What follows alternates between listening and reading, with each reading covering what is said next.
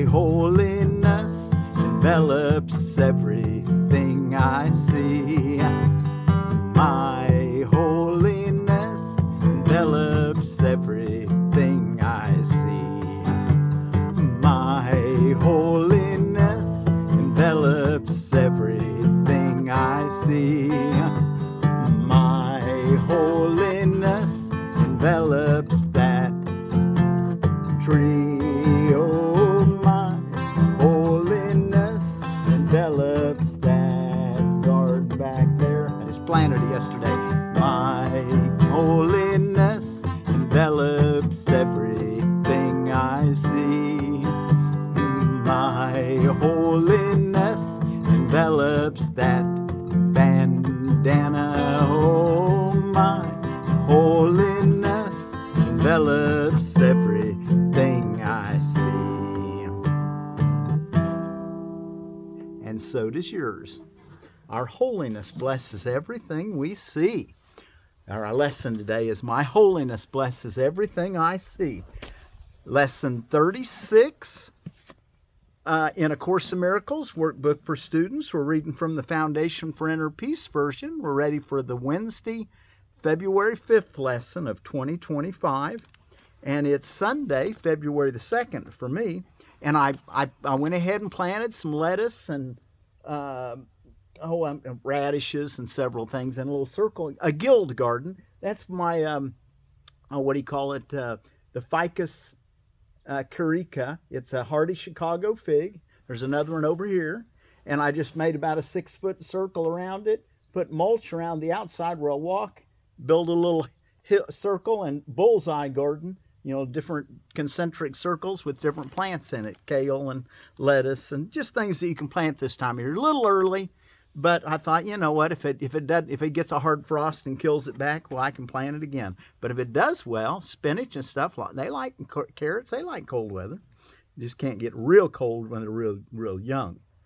My holiness blesses the world. Yeah, that's tomorrow's. My holiness blesses everything I see. And I'm Forgiveness Willie, teaching forgiveness from the Ozarks, hoping everybody in the world gets this new way of looking at life. We need it. We need it in order to survive as people. My holiness envelops everything I see. Today's idea extends the idea for yesterday from the perceiver to the perceived. You are holy because your mind is part of God's. And because you are holy, your sight must be holy as well. Sinless means without sin. You cannot be without sin a little. You are sinless or not. If your mind is part of God's, you must be sinless, or a part of His mind would be sinful. Your sight is related to His holiness, not to your ego, and therefore not to your body. 4 3 to 5 minute practice periods are required for today. Try to distribute them fairly evenly and make the shorter applications frequently to protect your protection throughout the day. The longer practice periods should take this form. First, close your eyes and repeat the idea for today several times slowly. Then open your eyes and look quite slowly about you, applying the idea specifically to whatever you note in your casual survey. Say, for example, my holiness envelops that rug. My holiness envelops that wall. My holiness envelops these fingers. My holiness envelops that chair. My holiness envelops that body. My holiness envelops this pen. Several times during these practice periods, close your eyes and repeat the idea to yourself. My holiness envelops everything I see. Then open your eyes and continue as before, saying, my holiness envelops whatever you're looking upon. For the shorter exercise periods, close your eyes and repeat the idea.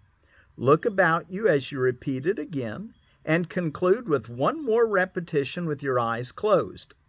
All application should, of course, be made quite slowly, as effortlessly and unhurriedly as possible. So our shorter applications, he doesn't say how often, but throughout the day, every time you think of it, close your eyes and say to yourself, My holiness envelops everything I see. Open your eyes, look around, whatever you're looking at, just tell yourself, my holiness envelops everything I see. You could even say, my holiness envelops that. Did he say to do that specifically? If for the shorter exercise periods, close your eyes and repeat the idea. Look about you as you repeat it again, and conclude with one more repetition with your eyes closed. So you don't really have to say, my holiness sees that and whatever. You can just say, my holiness envelops everything I see, with your eyes open, and then close it again and say it one final time.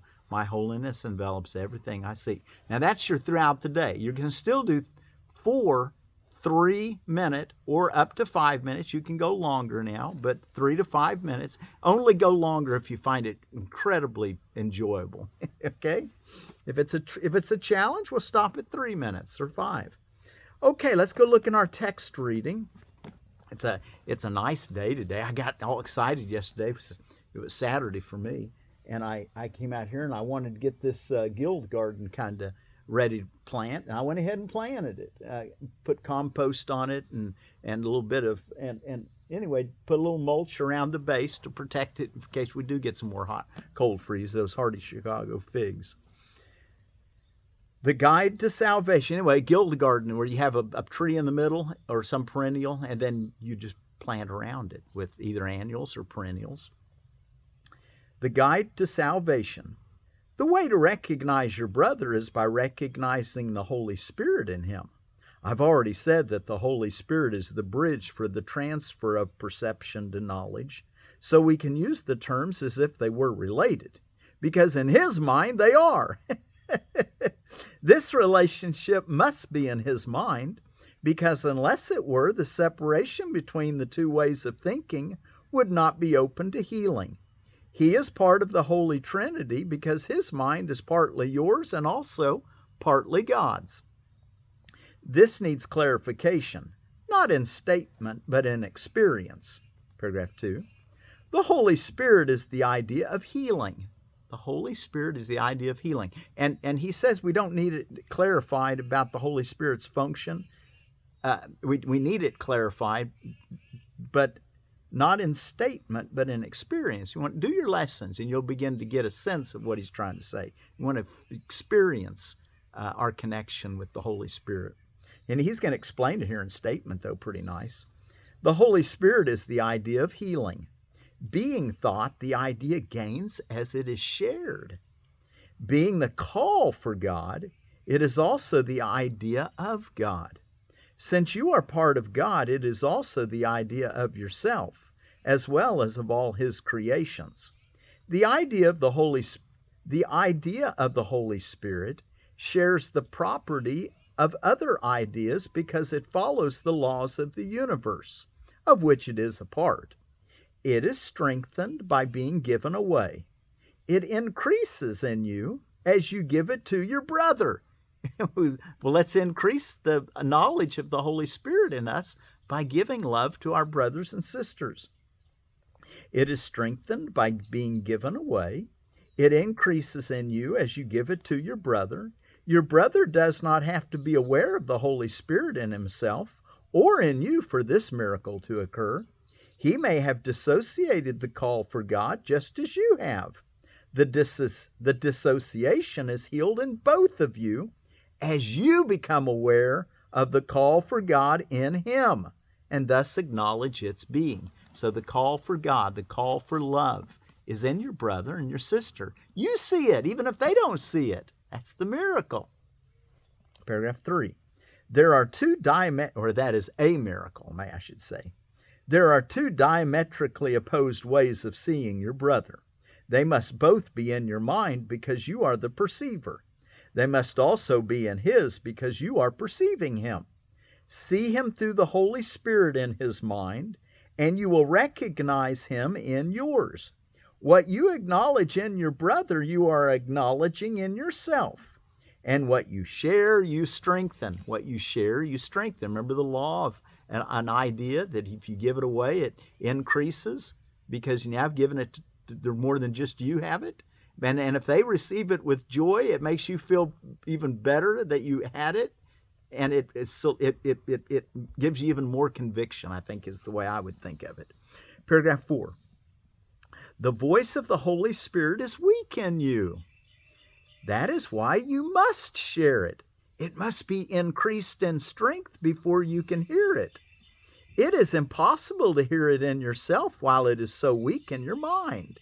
It is not weak in itself, but it is limited by your unwillingness to hear it. If you make the mistake of looking for the Holy Spirit in yourself alone, your thoughts will frighten you, because by adopting the ego's viewpoint, you're undertaking an ego-alien journey with the ego as guide. This is bound to produce fear.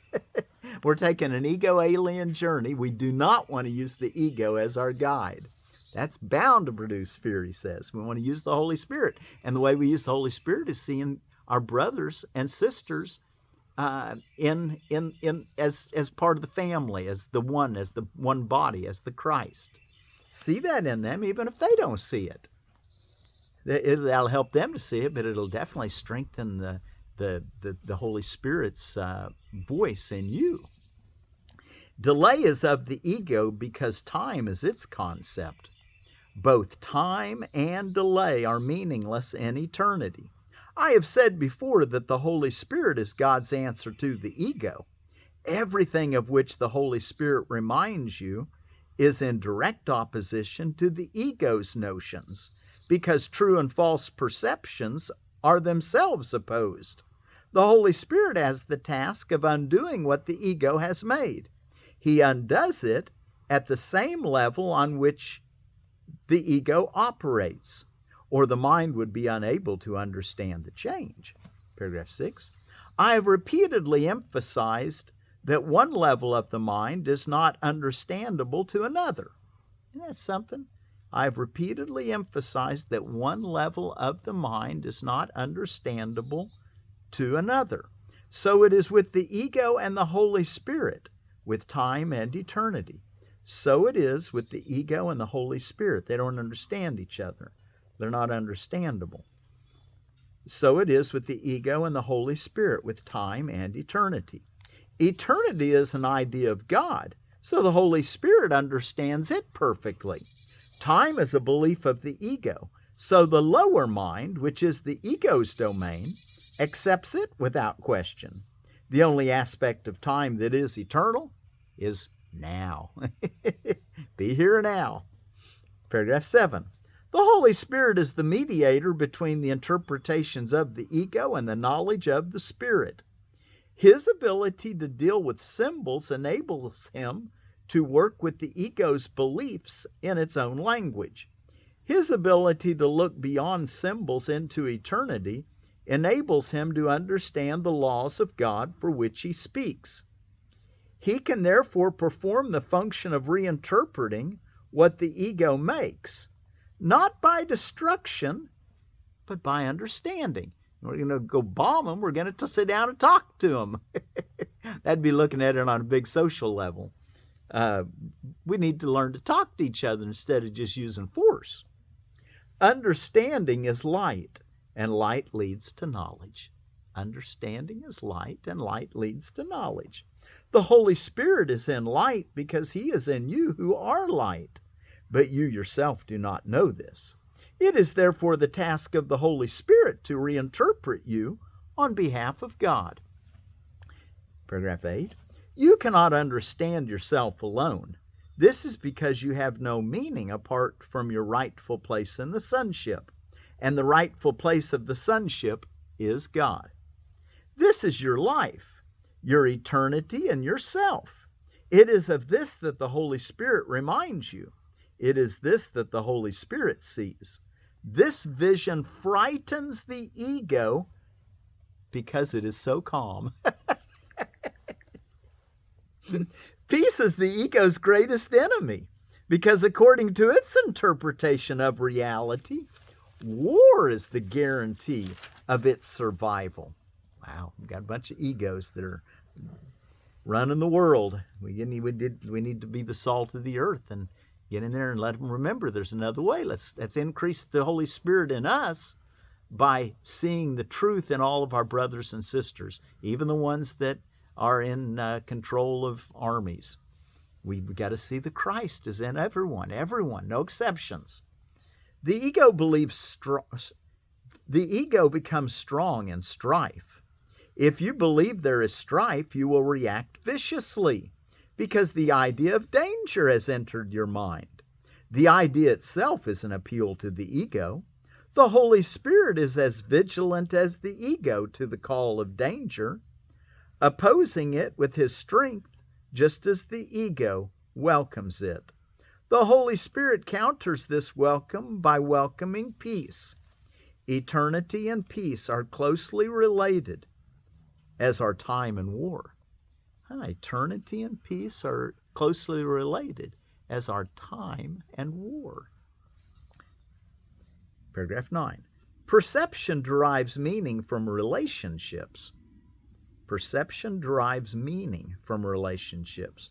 Those you accept are the foundations of your beliefs. The separation is merely another term for a split mind. The ego is the symbol of separation, just as the Holy Spirit is the symbol of peace. What you perceive in others, you are strengthening in yourself. You may let your mind misperceive, but the Holy Spirit lets you remind. Let me read that again. You may let your mind misperceive, but the Holy Spirit lets your mind reinterpret its own misperceptions. Paragraph 10. The Holy Spirit is the perfect teacher. He uses only what your mind already understands to teach you that you do not understand it. The Holy Spirit is the perfect teacher. He uses only what your mind already understands to teach you that you do not understand it. He doesn't oppose anything. He just says, well, hey, you already believe this. Let's just increase it. Make it a little more real. You already believe you love your neighbor as yourself. Well, let's just now do it a little better. The Holy Spirit can deal with a reluctant learner without going counter to his mind, because part of his mind is still for God. It actually says part of it is still for God, but it's referring to the mind. Again on that, the Holy Spirit can deal with a reluctant learner without going counter to his mind, because part of it is still for God. Despite the ego's attempts to conceal this part, it is still much stronger than the ego, although the ego does not recognize it. Of course it wouldn't. But we can. We can recognize what's real and what's true, because part of our mind is still in connection with God. The Holy Spirit recognizes it perfectly because it is his own dwelling place, the place in the mind where he is at home. You are at home there too, because it is a place of peace, and peace is of God. You who are part of God are not at home except in his peace. If peace is eternal, you are at home only in eternity. And the last paragraph to finish this section, 11.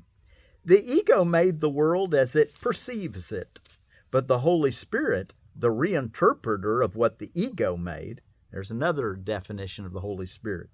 The Holy Spirit, the reinterpreter of what the ego made. Let's start again on that sentence. The ego made the world as it perceives it, but the Holy Spirit, the reinterpreter of what the ego made, sees the world as a teaching device for bringing you home. We're on our way home by everything that we've perceived. The Holy Spirit must perceive time and reinterpret it into the timeless. He must work through opposites because he must work with and for a mind that is in opposition. Correct and learn and be open to learning. Are you open to learning? Correct and learn and be open to learning. That's what we want to be, right? Be happy learners. We'll get into that here in just a minute too, about being a happy learner. Correct and learn and be open to learning. You have not made truth, but truth can still set you free. You have not made truth, but truth can still set you free. Look at the Holy Spirit. Look as the Holy Spirit looks and understand as He understands. His understanding looks back to God in remembrance of me. He is in communication with God always, and He is part of you. He is your guide to salvation because He holds the remembrance of things past and to come and brings them to the present, the only time there really is. He holds this gladness gently in His mind, asking only that you increase it in His name by sharing it to increase His joy in you.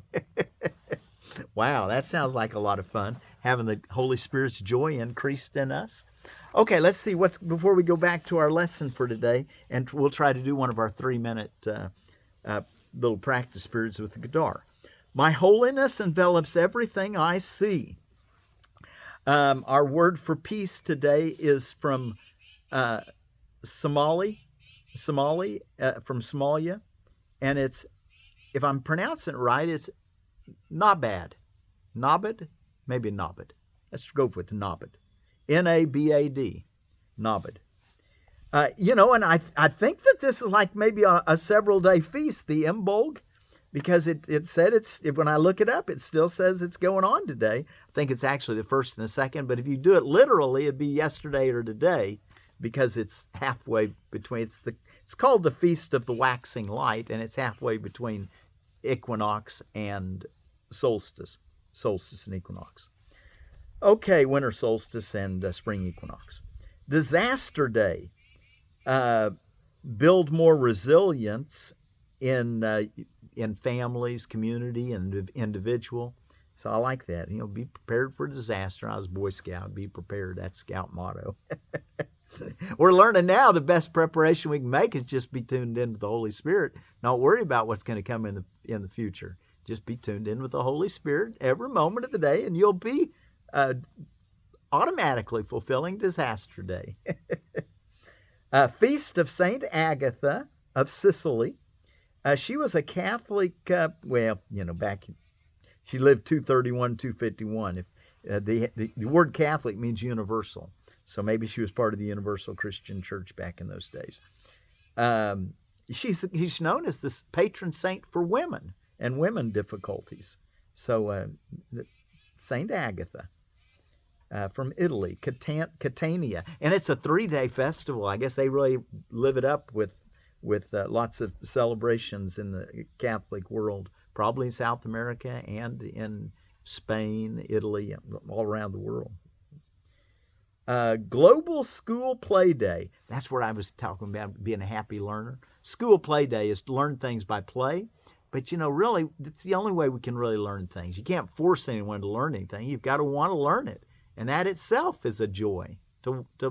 So let's be happy learners and learn what it means to stay happy all the time.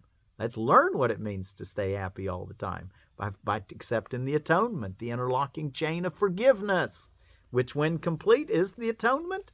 That's a salvation. It's what makes us happy. Primrose Day. The Primula vulgaris is the common primrose. It means first. Prim is prime. Prim, first rose. Anyway, I didn't do much more investigating on that. I wish I was planning on it, but I just didn't get to it. Anyway, primrose. Primula vulgaris. Primrose Day. The Primula vulgaris Day. If they'd said that, you'd probably say, I wonder what that is. But we've got to learn to understand these words if we're going to be learning about plants and science. And I've been telling people, let's just speak the language of science and learn to love each other. Let's use that. We got to all have a common language. Well, let's use the language of science and prove that the only way that we'll ever survive is through love. Let's build all of our economic systems, our social systems all on love. That's scientific, and you can prove it. Let's prove it. Let's don't use just force, bombing and yelling and anger. That's not the way. That's not using science. Weather Person Day, the meteorologist. We thank all our weather persons. Uh, okay, there's a holiday. I found these on holidays and observances. Shower with friend day. Of course, you probably want to shower with the kind of friend that would be appropriate for that. But it's really a day for bringing awareness to not using chlorine in your shower because it soaks into the body and you're getting a lot of chlorine. I would encourage you to have a chlorine filter if you've got city water. If you've got well water, good for you. Water at this point probably should be filtered. Anyway, try to keep the chlorine out of your insides by drinking it, and if you'll set it out in an open container for a few hours, the chlorine will evaporate off, which is a nice thing. Animal Reiki Day. Reiki, a Japanese healing technique that uses touch to promote relaxation and well-being. It's based on the idea that the body's energy levels affect its health and well-being. So, just gentle touch. Sometimes you don't even have to touch the body. You're kind of massaging the auric field. Okay, and then out of edible landscaping, we've got another Ficus corica. Like I told you, I've got these Ficus coricas, the hardy Chicago figs. I got one here and one over there, and I planted little bullseye gardens around it with a lot of the cool weather stuff that I wanted to be eating. Lettuce, black-seeded Simpson, I think, kale. I planted radishes, champions, I believe. Let's see, what else? And some carrots. Anyway, we'll see how it does. I thought, man, it'd be nice. Let's see why I worked it up, and then I put mulch around the outside. That'll decompose, and I'll pull it up into the garden. I walk on it for the year, and then next year I'll pull this mulch in the path. It'll be decomposed well enough. I'll pull it up into the garden as mulch on top of the garden and new compost. Now, I think it's a really nice system, making little 6-foot circles. My friend Jerry, who was really into this, he would lay them out in a grid pattern, so like an orchard as close as he could. And he said that synergistically they would cause the plants to grow better. That I don't know. O'Rourke fig, a new introduction from LSU with Celeste in its heritage. O'Rourke flesh is golden with red near center of the fruit when soft ripe. Ripens before Celeste. Fruit hangs down when fully ripe. O'Rourke is more resistant to defoliation caused by fig leaf rust. Ripens its fruits early and continues late into the fall. Zone 6 through 9, spaced 10-foot circles. So it does in zone 6, but it's still in zone 6 any of your figs. I'm on the south side of my house, so it gets a little extra warm. And we've taken a little longer than I hoped. We won't be able to get your 3 to 5 minute, but we can get you started, and you can pause and finish after we're finished.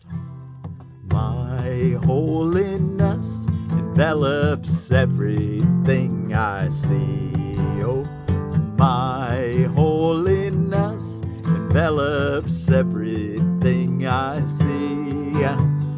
My holiness envelops that hardy Chicago fig. My holiness envelops that circle guild garden. Oh, my holiness envelops that guitar. My holiness envelops that tree over yonder. Oh, my holiness envelops that dog right there. Oh, my holiness envelops everything I see. My holiness envelops everything I see. My holiness envelops everything I see. And our word for peace is Nabad, Somalia. Nabad be with you. My holiness envelops everything I see. Nabad.